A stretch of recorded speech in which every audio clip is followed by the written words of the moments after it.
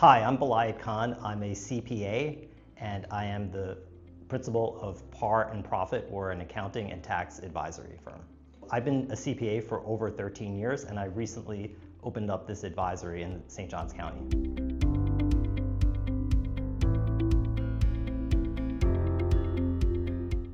My number one piece of advice for anyone during tax season is to get all your paperwork organized. You want to make sure you report all of your income that you have because it could delay any refunds that you may get. The top mistakes people make on their taxes is not knowing their filing status. We have a lot of different household compositions. Not everybody has a traditional household, so you could claim a parent, or you could claim somebody who you support. I'd say not taking advantage of deductions. You could take advantage of charitable contributions, but you have to make sure that they're a qualified organization. You want to make, and if you're self-employed, you could also take advantage of the home office deduction or vehicle mileage. The most common thing that would trigger an audit, both for individuals and businesses, would be commingling personal and business expenses. I'd say for people in the real estate industry, definitely you can qualify to be a real estate professional. That allows you to deduct losses, but there are strict requirements to be a to elect as a real estate professional, and you should contact an advisor for that. But just certain things in terms of how involved you are on your properties and how many hours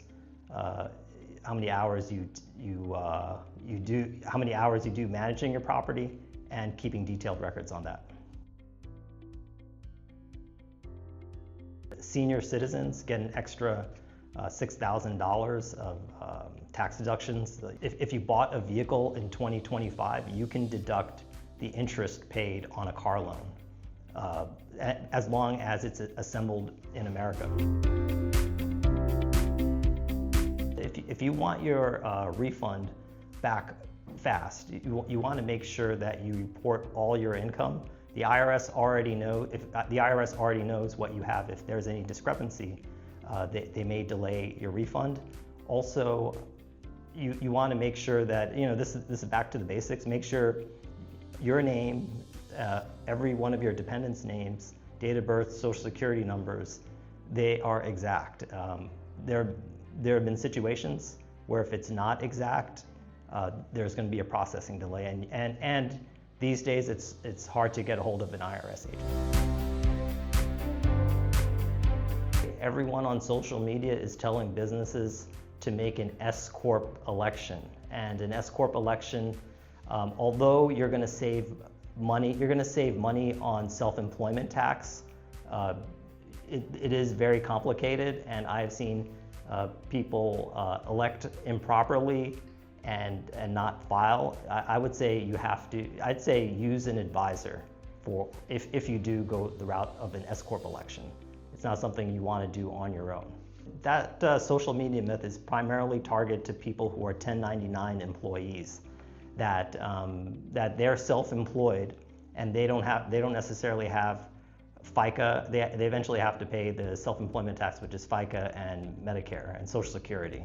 So the S-Corp takes away that. You don't have to pay that on non-salaried income. But it seems like a good tax loophole, but there are extra filing requirements, and you have to make sure that you pay yourself a fair wage.